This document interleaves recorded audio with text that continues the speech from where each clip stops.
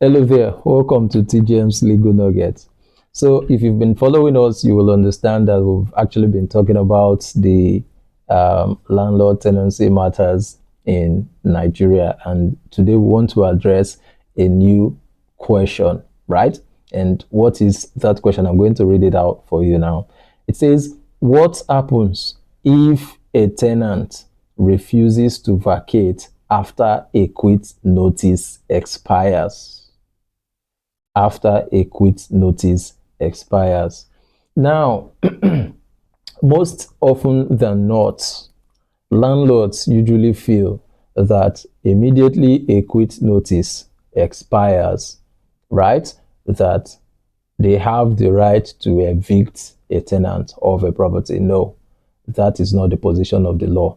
For the fact that a quit notice expires doesn't mean that automatically the tenant is a trespasser. No, that is not what the law says, right? So what you're expected to do once your quit notice expires, right? If you've watched our previous video, I think I addressed that issue in part.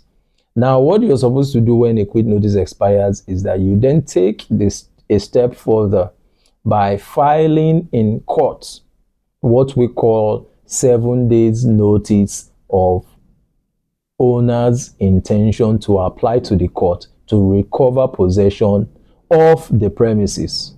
That is what the law says. These are statutory notices that you must serve.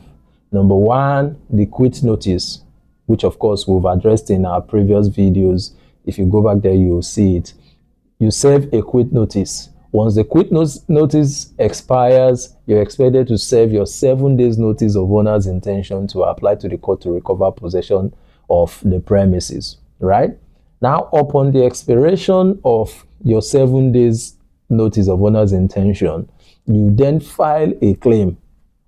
For example, in Anambra State, you file your claim at the magistrate's court. However, in Delta State, you file at either the district customary court or the area customary court. Now, depending on the court that is seized with jurisdiction to handle the matter, you file a claim and then you begin the process of eviction. Take note, no landlord is required under law to use self-help under any circumstances to evict a tenant of a property. You must understand that immediately a tenant fails to pay his rent, immediately a tenant fails to pay his rent, the tenant automatically becomes a statutory tenant. And what does this mean? It means that the statute regulating tenancy, which is the tenancy law within a state, right, automatically covers the tenant.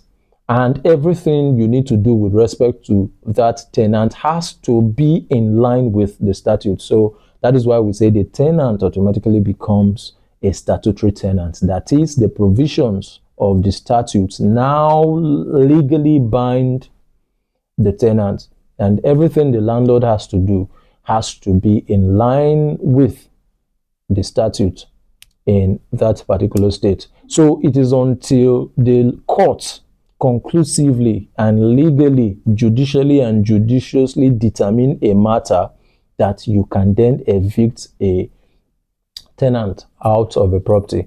And for the fact that the court gives judgment, for example, today, doesn't mean you have to, just rush down to evict. No, there's a period that is allowed in law, right, before you can actually execute a judgment. So in all, what we're saying is that upon the expiration of a quit notice, you file your 7 days notice, and upon the expiration of your 7 days notice, you file your claim in court to evict your tenant, to get judgment to evict your tenant.